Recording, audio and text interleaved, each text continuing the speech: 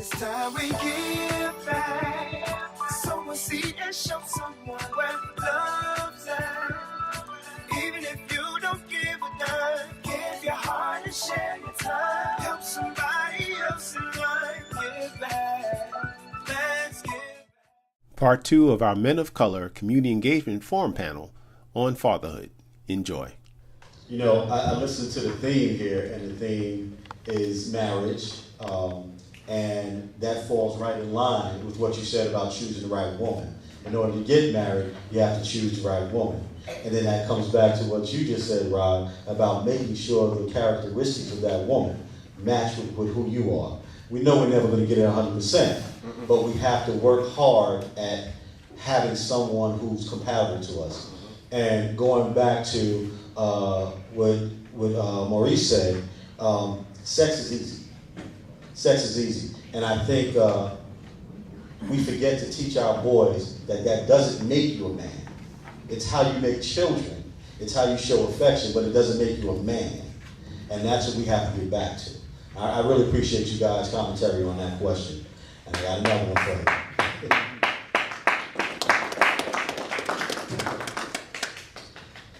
This next question, and it's one that's dear to me. I've raised 5 children. My oldest is a boy and I have 4 girls. And everyone says, how did you do it? Easy. Easy. I was present. I've been divorced, as I say, twice, but I was always present. Whether it was a phone call or a visit or them coming, whatever it took, we're present. And ironically, as in most circles, which the way it doesn't happen, all of my kids, if you saw them together, you would think they lived together all their lives because they're that close. That was my job. That's what my father taught me, keep your family close. The diversity in my children, I recognize everyone's uniqueness. With my daughters, they'll always call me individually and be like, Daddy, is your favorite daughter? And I say, absolutely. And then someone else will call, with all my heart. And then someone else will call and say, Daddy, is your favorite daughter? You know you are. And then they'll get together and say, Daddy, who's the favorite daughter? Okay. You. You know, I know they know this game. And then my son, whenever we get together, it's a wink. I'm the favorite child. so we do this. So I appreciate you guys' answers, and it's funny how we don't really know each other, but we all have the same type of outlook on how we do it. Wow, this is powerful for me. I'm going to plug something at the end of this, and you'll know why. So I have another question for you. I wrote down several. The one I want to go with now is, what is your vision and purpose for your children? Because as a father, we have to start plotting those things out. You know, do I want them to be a doctor, a lawyer, or whatever the case may be? But we have to have purpose in our minds to be able to guide them. So let's go with that one. I'll start us off. Darryl, you look like you're ready for this. Yeah, they're ready. He's ready. I think this is a powerhouse getting 2 panels together on one. That was good. My brother Jerome earlier talked about his children, who I know very well. He wants them to be good citizens. He wants them to be good people. And I have this. I share that with him. But I will say that I think everything I've done with my wife and extended family, my mom, my brother, people like that, and my ex-wife for the older kids, is all designed to give them opportunities. Everything's a lot of sacrifice. You know, my kids have done all kinds of things. And my philosophy, if I had to describe it, is basically to expose them to as many things and people and experiences as possible. Everything from the hood, which I've spent some time at. They have not, because I've worked so hard so they don't have to. But I share with them because they need to know. They know, and I encourage independence. No particular job or field or anything like that I'm interested in. I do want them to be good people. I believe deeply in that. That's one of the few times that, we're in the era now where, we put the rod in the closet. So we say spare the rod. That was our generation. Now it's you're talking to them. But if you're talking about raising the voice or, getting dad's not thrilled with something, that's the kind of thing that I will get really upset about. If I see any of my children not behaving, not caring about one another, not caring about people who are hurting or something like that, like how they, I really want them to have, good values, good character. And I model it for them. I also model humility, which has also been shared by my colleague over here. So I think that's what comes to mind for me initially. But it's exciting. Again, we're talking about what's unique about our children. It's exciting to see what they do. And they might be doing something right now, and in 2 years it's something else. Okay, you just got to be productive. All right, you got to get about this house. Now you can come in the house. You come in the house and stay in the house for a little bit, as long as you're working towards something. And if you're in New York, this is important because New York is expensive, so that's fine. Don't be fathering no children or that kind of thing. But as long as you're productive, as long as you're working towards something, and they know that, and so I'm proud of them. I'm proud of them. I just I look forward. I'm excited. That's the beauty of fatherhood. You get to see what they do, and then you hang with some other folk and see what their kids are doing, and then we get them all together, right, Brother Givan? So that's what we do. The vision. You know what? And I always tell people that I'm truly, truly blessed. I am blessed in terms of my background, where I came from, born and raised in Bed-Stuy, didn't have a mother, really growing up, didn't have a father. Stayed with, the youngest of four brothers, 3 sisters, and it was like my household, I was the baby. And it was a drug-infested house. So my oldest brother died from alcohol, another sister died from alcohol, I have another sister in a mental institution, and I have another niece. So I grew up in a rough household. It was rough in my household. My other brother died from crack. So it's like, that was my life growing up. And, I said, yes, this is my life, but this is not my destiny. And that was when I was 14, 15, I was the oldest in my house. I was having meetings in my house and putting signs up. We're going to have a family meeting, telling my family, this is what we're doing tonight, we'll wake up in the morning, we're just going to say, I love you to each other. We never said that to each other. Brothers and sisters, we never said, I love you. So these are things that I did growing up. And I said, when I grow up, if I ever have kids, that I'm going to make sure that my kids have everything that I didn't have. And I look at my girls, I am so blessed. My oldest graduated this August with a master's degree. My youngest is a freshman at Hampton University. And that means nothing, but what they are, they're good people. At the end of the day, if you can raise good people, and it's like the feedback that you get is what other people say about your children. So when other people are saying, wow, you know what? The teachers, the friends, they're good people, and I can see that they're good people. So at the end of the day, if you can raise good people, I don't know what they're going to become, whether they become lawyers, doctors, I don't know. But I do know they're good people. They have a good head on their shoulder, and whatever they do, they're going to be, 1, successful, 2, they're going to add to this world. They're not going to subtract. They're going to make this place a better world than when they came. So at the end of the day, that's really what it's all about. If you can raise good people, I can't complain. I'm very blessed. Okay, thank you, brother. Appreciate that. Okay. We're running close to our time. We're going to give you this question, and we're going to just get 2 more, and then we'll close out. Sounds good. Okay, what I discovered by raising kids, well, first let me say that when I grew up, it was always like, you want your kids to be in a better situation than you're in, so you try to help in that effort. Both of my sons have graduated from college. My oldest son has a 5-story townhouse with an elevator in it. Gave his girlfriend a Range Rover. He seems to be doing okay. My youngest son is still home. He's over here. He didn't want to come in. But what I found out is that sometimes they're not feeling good. They're worried about things. They still need help. I want to be around then to help. That's my job still. There are other times when things are going good, they felt that they don't have to share those with me and their mother because that's how they were raised. We always took care of them. They don't look to us. They don't look to take care of us, you know. So, you know, I'm great with that. And like I said before, it's still that learning process. Thank you.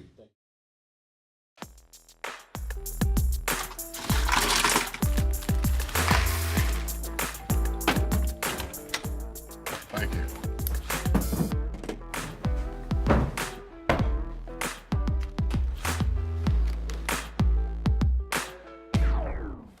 You got a king? Go fish. In your face, in your face. It only takes a moment to make a moment. Take time to be a dad today. Hi, I'm your host, Larry V. Starke Jr. I'm your host, Rachel Cheeks Givan. I'm your host, Hosea James Givan II.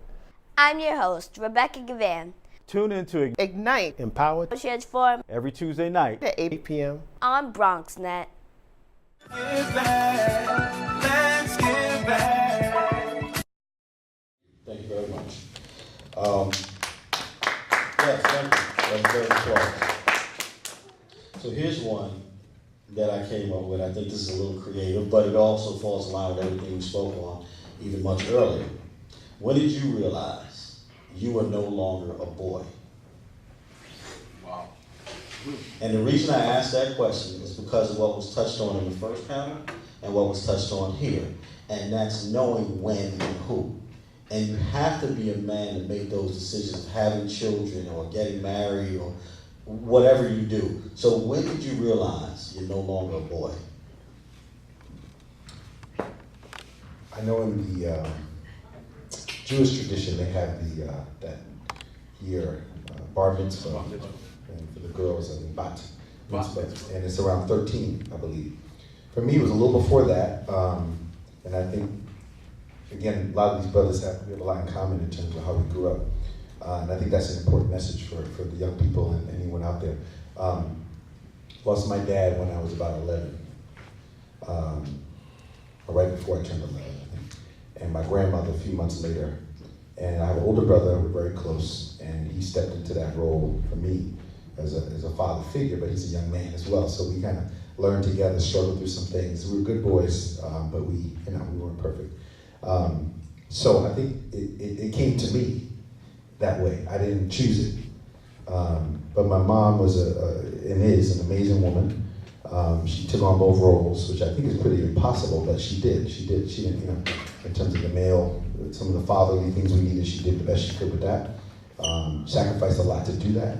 But really, it's really the trajectory I've been on since then is tied to this question. So I think it's a very thoughtful question because I didn't really have my father when he was around. He had, he struggled with some things, but I did know him and love him and I'm close to his family.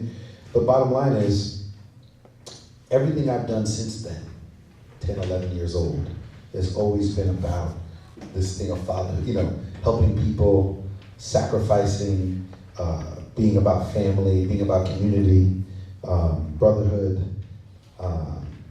showing love to everybody, things that maybe in society you don't see men do, I do, because there was no one to say I couldn't do it. You know what I mean? And so, showing affection, we haven't talked about that yet, but I think that's an important part of fatherhood. I'm very affectionate. My wife is, you would think the roles are reversed. She's affectionate too, but you know what I'm saying. She's the tough one. And so, yeah, thank you for that. Because, as we push forward, we don't always take a moment to look back and reflect. But it's an important story, and I think after today, I'm going to make sure I tell it again to my children.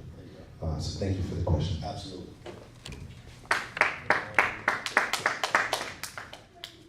I didn't know how to answer that when you first said it. Thought about it. There's still a lot of boy in me. There wasn't one particular instance, but I said, that's probably one of the problems of a lot of older than children. a lot of men older than children, is they make choices that a boy would make, and not necessarily a man. My parents got me, I'm spoiled. I grew up in the Patterson projects when they were first built, then I moved to High Ridge. But through all that, my parents were able to just make me feel at home. I loved that so much. I didn't want to be a man, you know. And so, a lot of things are coming back. A lot of things have come back in my 40s and 50s and whatnot, where that's probably something that all young men should look at. Actually being, I mean, that's the only thing to be at that age. And okay, I'll make it quick. I'll just say that my wife, not my sons, my community or environment, when she told me, I found out that I could break her heart. And that kind of situation was that made me change my life. Wow. I guess for me, like I said earlier, I grew up in a drug-infested house. You know, and I had those family posted signs about a family meeting, and I can remember, like on my closet door, I had this thing up there that said, you know, I'm going to have this center that says our community. So this was 15, 16. So, you know, I was the man in my house when I was 15. You know, and even with I had nieces, I mean, there were times that they didn't do what they were supposed to do, I would put them on punishment. And they would go to their mother and they would say, you know, she was asking them, how come you're not going outside? Well, I'm not going outside because Derek put me on punishment. So in terms of where I am now, I knew this was my path. When I was 15, I knew this was my path. Because I also knew that the way I was living at that time and what was going on inside my household, I didn't want that life. There was drugs, alcohol, that's what I grew up with. So I made it, you know, my mind was clear. That's not what I wanted. And I did everything to go against that. Even to this day, I don't drink, I don't smoke, I didn't do it then. So that was my goal, that I wanted something different in my life. So this was always my path, and I was a baby at 15, 16, I was the oldest of the house, and I'm the baby of the family, I'm still the oldest of the house. So this was my path, and I knew this was my path in the beginning. Understood. Thank you, gentlemen.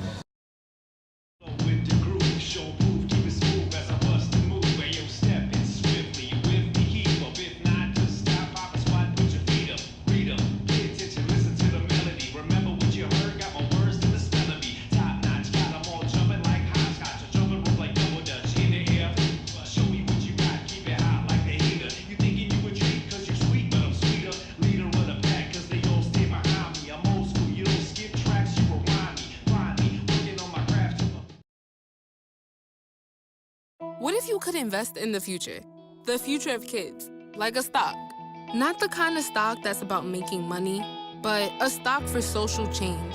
A whole new kind of investment called Better Futures. When you invest, it helps kids go to college. Believe in us, invest in us, watch us grow. My name is Sydney, and I'm your dividend.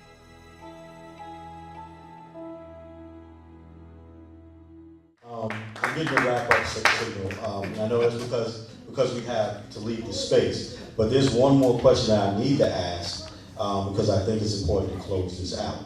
And you can make it brief, and we can talk about it another time. We'll start with you, Ali. What was the one thing you always wanted to hear your father say that he never said? Maybe he did. What's that one thing? Great question. And I think it has special meaning when your father is no longer with you, and you spend more of your years that way than the other way. He did say, I love you. I think my answer is a slight variation on the question. I wish he could have seen me, not just become who I've become, because I think he saw that. I think he saw that vision back then. He never got to see us play a game. I say us, because me and my brother, he never got to see me on the stage. He never got to see me as a father. So I think that's how I take the question. That's good. That's great. But it's gonna be a long-winded. Keep it short. Oh my gosh, I don't really know how to answer this question in terms of what my father.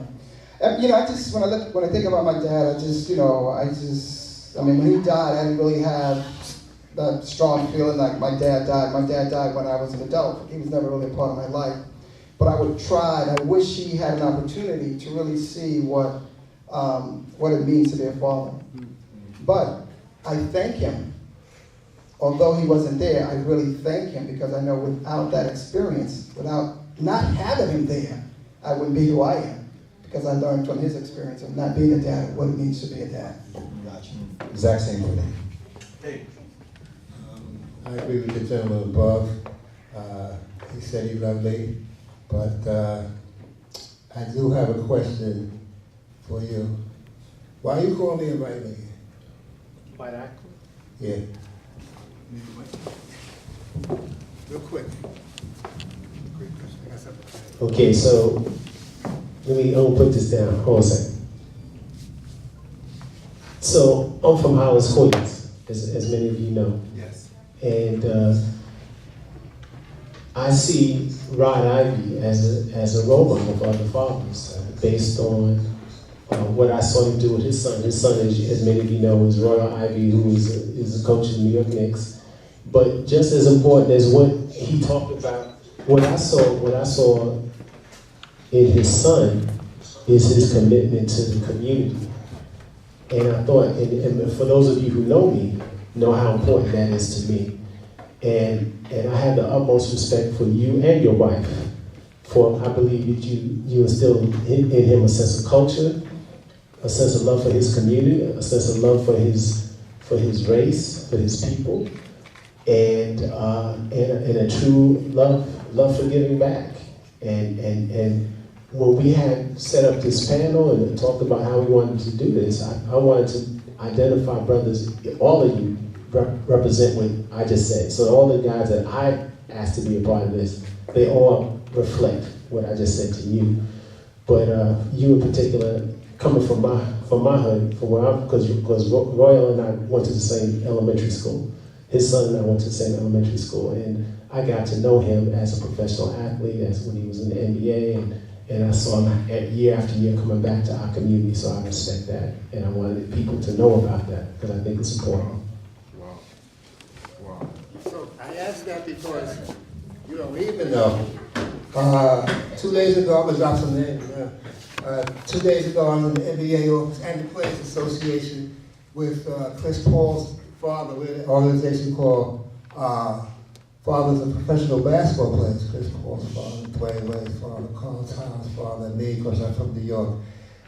They want to do something in the community because they realize they can't talk to the kids like we can and give them the experience. And they want all these kids here.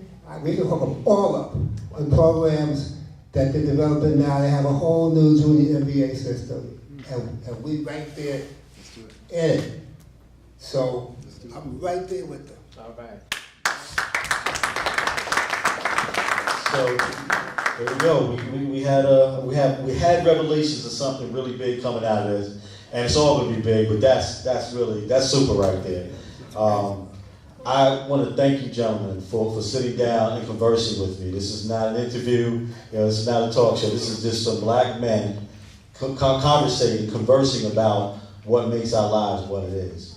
And with that, I want to invite you all to a new show that I'll be doing. We actually have our first, and this is my producer, Mr. Hosea Givan. This brother's done a lot for me from college days on up, and I can tell you that story later because I was a real knucklehead, and he straightened me out a lot. But yeah, I was. But it's called The Starke Naked Truth, and what this show is about, it's about men sitting down and talking about the things we don't normally talk about, we hold inside, and we need to build ourselves so we give it back to those little ones. And I'm going to invite all of you all onto the show. We premiere on this Monday at 9:30, BronxNet TV. It also streams on BronxNet. It'll be all over the internet. We're going to put it everywhere we can. Please follow me on Instagram at The Starke Naked Truth. You can follow me on Facebook. You can follow me on YouTube as well.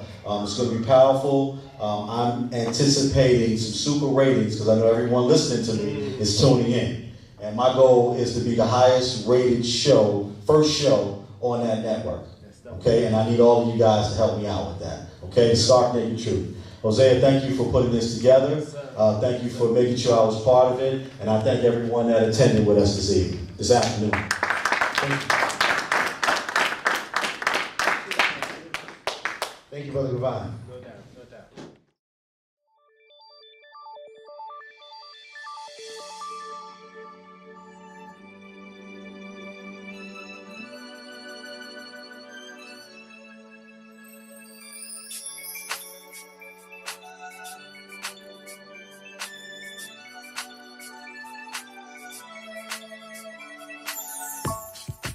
I see all your smiles and all the tears streaming down on your faces. But I know all the while it's gonna be okay, yes it is. Just open up your eyes. Open up your eyes. The sun is soon to shine. The sun is soon to shine. Aim your arrow high and keep reaching for the sky. It's time we give back. Someone see and show someone where love's at. Even if you don't give a dime, give your heart and share your time. Help somebody else in life. Give back. Let's give back. Greetings. I'm your host, Larry Starke, for my new show, The Starke Naked Truth. My mission is to be a resource of information, testimony, and uplift for men, especially men of color, by using my experiences and education to assist them in matters often difficult to confront and speak openly about. One of my mottos is, I want to see us winning at manhood. My goal is to create engaging conversations on topics such as health, education, loss of life, marriage and divorce, parenthood, finances, or whatever else men should openly discuss with one another. The Starke Naked Truth was created to be a platform for men to sit still and talk in a judgment-free setting with and to other men who share similar experiences, thus creating environments to foster us helping one another. I don't claim to be an expert on any of these topics, but I've been through most of them, and I do have some friends who are experts in their fields that are willing to give you a hand if necessary. Let's talk about it. That said that no matter what color you are, there's only two classes. And that's saying there's a class over here and there's a class over there. And the reason that this class over here. I see you mobbing over her. Let's go. Let's mob. Let's crawl. Let's crawl. Let's crawl. Hey, yo, we mobbing. Come on, girl. Let's crawl. Hey, yo, let's crawl. Hey, yo, let's crawl. Hey, let's crawl. Hey, yo, let's crawl. This year, patriotism shouldn't just be about pride of country. It should be about love. Remember that to love America is to love all Americans, because love has no labels. Your son wants to get a cat, but you're allergic. Maybe he could be an outdoor cat that lives in our neighbor's yard, 3 doors down. Mom! You don't have to be perfect to be a perfect parent. Teens in foster care will love you just the same.